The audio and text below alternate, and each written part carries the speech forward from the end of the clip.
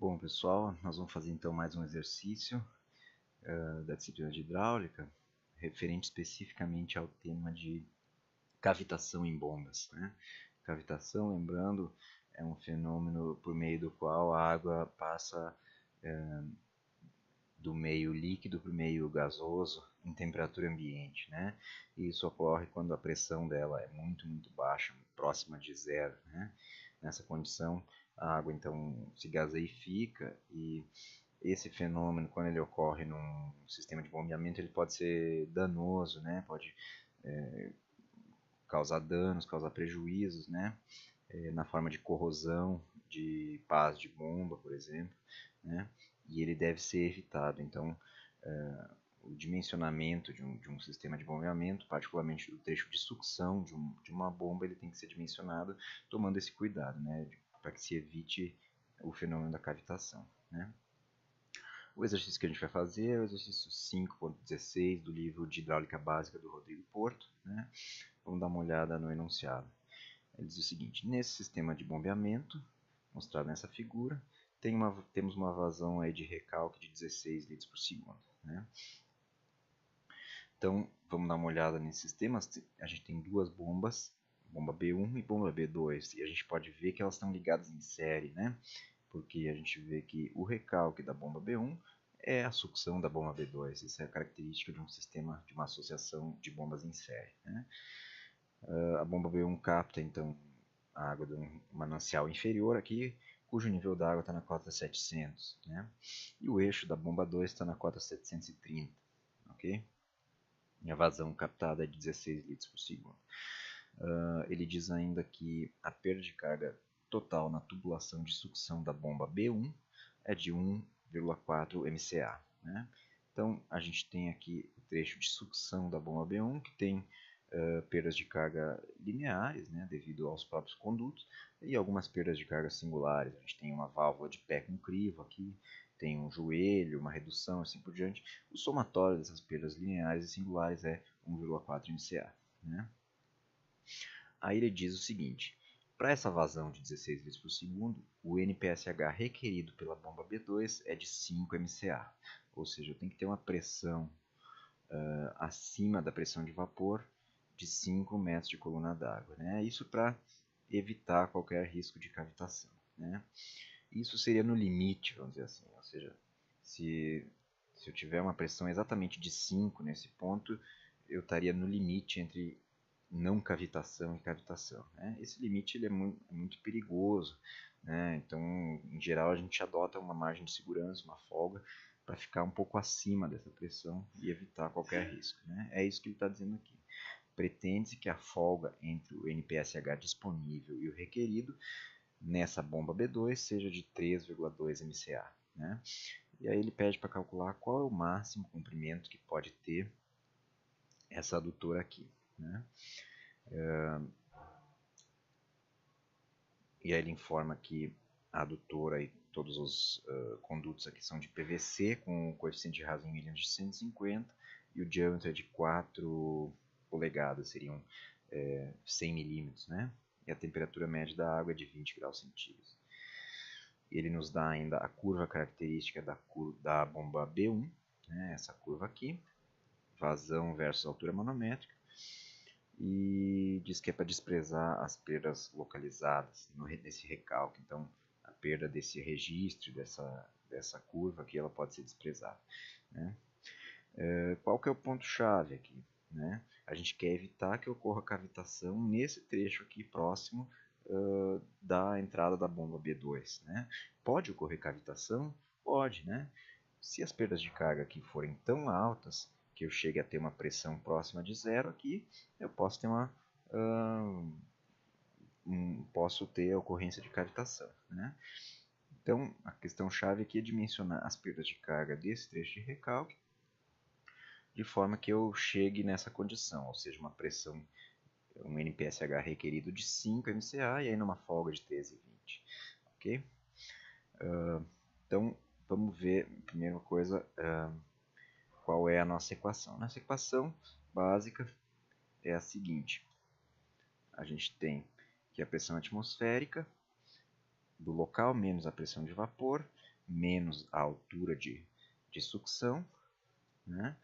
Menos as perdas de carga, tem que ser igual a velocidade ao quadrado mais uma perda de carga nas pás, né? Esse segundo termo ele não é calculado, ele é dado pelo fabricante, né? E nesse caso, ele está dizendo que o NPSH requerido, esse termo do lado direito, é de 5 MCA, né?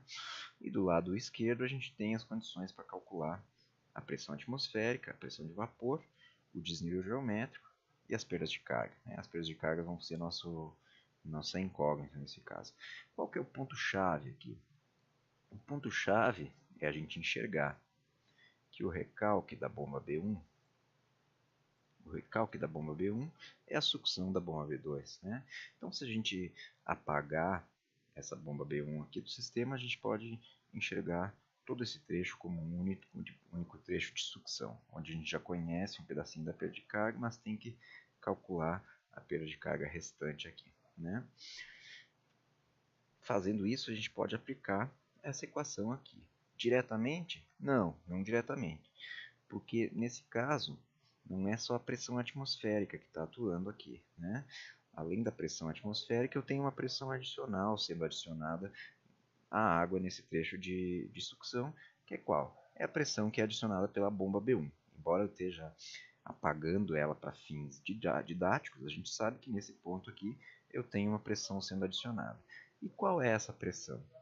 Qual é a pressão que é adicionada pela bomba 2? Vamos lembrar lá das nossas aulas de iniciais sobre bombas. Então vamos ver como que é a linha piezométrica num sistema como esse, né? Eu tenho um manancial inferior, né? E aí essa água desse manancial é sugada para dentro de uma tubulação de sucção, né? Com isso, eu vou tendo perdas de carga e a minha linha piezométrica vai caindo assim, né? Chega um momento que entra a bomba adiciona pressão, né? Ela adiciona pressão suficiente para vencer a altura geométrica, Hg, né? E ainda para vencer as perdas de carga na sucção e no recalque, né? Então, a linha piezométrica vai para um ponto aqui em cima, né? Aí minha água continua pelo conduto de recalque, tendo perda de carga, com isso a pressão vai caindo e a linha piezométrica vai coincidir com o reservatório superior aqui, né? Então vejam o seguinte, a diferença entre esse ponto e esse ponto aqui é igual à pressão que é adicionada pela bomba. E essa pressão ela também é igual a quem? Ela é igual à altura manométrica total adicionada pela bomba. Vejam o seguinte, a altura manométrica total é quem? É a altura geométrica, o desnível dos dois reservatórios, mais a perda de carga na sucção, mais a perda de carga no recalque. Essa formulazinha aqui, né? Então se eu souber qual é a altura manométrica que é adicionada pela minha bomba, eu sei também qual é a pressão que é adicionada. Eu tenho então como saber qual é a altura manométrica? Tenho, né? Porque eu sei que a bomba B1 ela está bombeando uma vazão de 16 litros por segundo. Pela curva dessa bomba, eu consigo ver qual é a altura manométrica correspondente a 16 litros por segundo. Então eu entro aqui em 16 e vejo que a pressão, ou a altura manométrica que é adicionada é de 40 MCA, né? Então eu posso reescrever essa fórmula aqui da seguinte forma: pressão atmosférica mais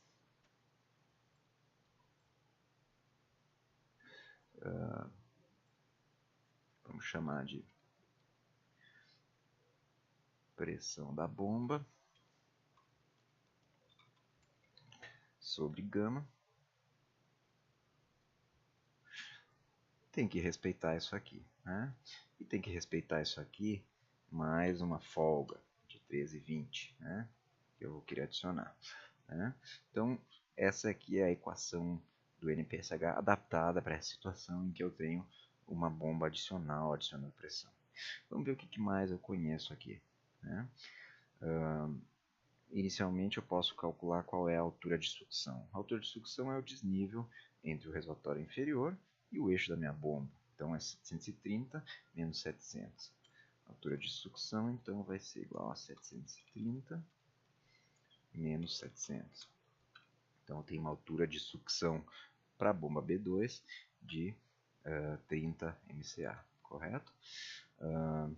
O NPSH requerido é de 5 MCA. a folga é de 3,2 MCA. E não é estranho porque eu uso o ponto como separador decimal, né, ao invés da vírgula. Né? Fora isso, é tudo a mesma coisa. Né? O que mais eu conheço aqui? Eu conheço o diâmetro, que é de 0,1 metro. Né? Eu conheço o coeficiente de Hazen-Williams, que é de 150. Conheço a vazão, que é de 0,016 metro cúbico por segundo. O que mais? Eu conheço a perda de carga na sucção de B1, da bomba B1, que é igual a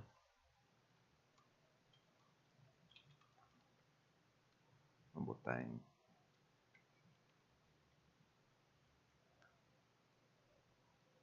assim, é de 1,4 MCA. Ok? O que mais me falta? Eu preciso da pressão de vapor.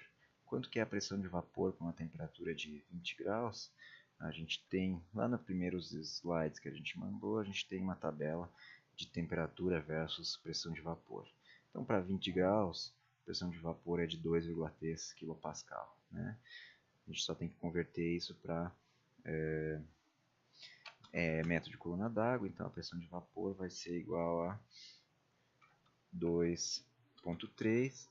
Para converter de quilopascal para MCA, basta dividir pela gravidade, então 9,81. Então eu vou ter uma pressão de vapor aí de 0,23 MCA. Né? E falta a pressão atmosférica. A pressão atmosférica ela pode ser calculada, por uma equaçãozinha bem simples, né? Que está nos nossos slides também. É essa fórmula aqui. Né? Então, se eu souber a altitude do meu local, eu posso calcular quem é a pressão atmosférica. Né? E eu sei que a altitude nesse ponto aqui, a pressão atmosférica nesse ponto é de 700 metros acima do nível do mar. Né? Então, altitude 700 metros, e com isso eu sei a pressão atmosférica, que vai ser 13,6 vezes 760 menos 0,081 vezes altitude, tudo isso dividido por 1000. Então vou ter uma pressão atmosférica de 9,56 MCA. Ok? Agora com isso eu já tenho condições de calcular já tenho todos os fatores aqui menos a incógnita. Né? Eu sei quem é o NPSH requerido, sei quem é a minha folga, sei quem é a pressão atmosférica, sei qual é a pressão que a bomba adiciona, que faltou informar aqui. Pressão bomba 40 MCA. Né? Com isso eu posso aplicar minha fórmula. Né? Eu vou isolar o ΔH, a perda de carga, no trecho de sucção de B2. Né? Então eu vou ter ΔH do trecho de sucção de B2. E vamos botar isso. É um delta, né? Isso aqui a gente pode botar em subscrito. Vai ser igual a quem?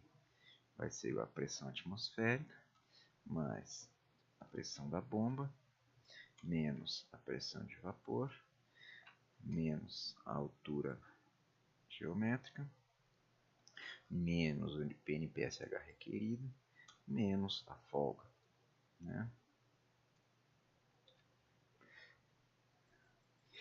Então eu posso ter no total uma perda de carga na sucção de B2 de 11,13 MCA.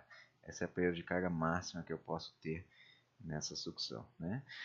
E aí, lembrando o seguinte, a sucção de B2 é todo esse trecho, é o recalque de B1 mais a sucção de B1. Né? Eu já conheço qual é a perda de carga nessa sucção aqui, que é de 1,4.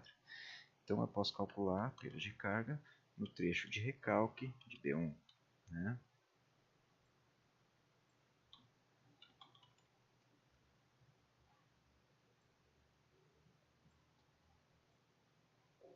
que vai ser quem? Vai ser igual a 11,13 menos a perda de carga no trecho de sucção de B1. Então eu posso ter desse ponto até aqui uma perda de carga máxima de 9,73 MCA. Agora então já estou perto do fim, né? Sabendo a perda de carga, eu tenho como saber facilmente qual é o comprimento máximo que pode ter essa tubulação, né? Pela fórmula de Hazen-Williams, né? Então eu sei que a perda de carga num trecho é igual a 10,65 vezes L, o comprimento, vezes a vazão elevado na 1,85, dividido pelo C na 1,85, dividido pelo diâmetro na 4,87. Minha incógnita nesse caso vai ser o comprimento L, né? Então eu posso isolar L da seguinte forma. Vai ser igual a perda de carga, né? Dividido por 10,65, dividido por Q vazão, cadê minha vazão? Está aqui, elevado na 1,85, multiplicado por C elevado na 1,85, multiplicado por D, o diâmetro, elevado a 4,87. Ok? Então daqui resulta um comprimento L de 274,7 metros, né? Então esse é o comprimento máximo que eu posso ter nessa adutora de recalque aqui, para que não haja cavitação e eu ainda tenho uma folga de 3,2 MCA, né? Se a gente conferir aqui com o resultado, é isso mesmo, né? Deu 274, né? A menos de um errinho de arredondamento, aí o resultado é praticamente o mesmo, né? Então, com isso está resolvido, né? Eu não botei a fórmula de Hazen-Williams, eu suponho que já seja de domínio de todo mundo, né?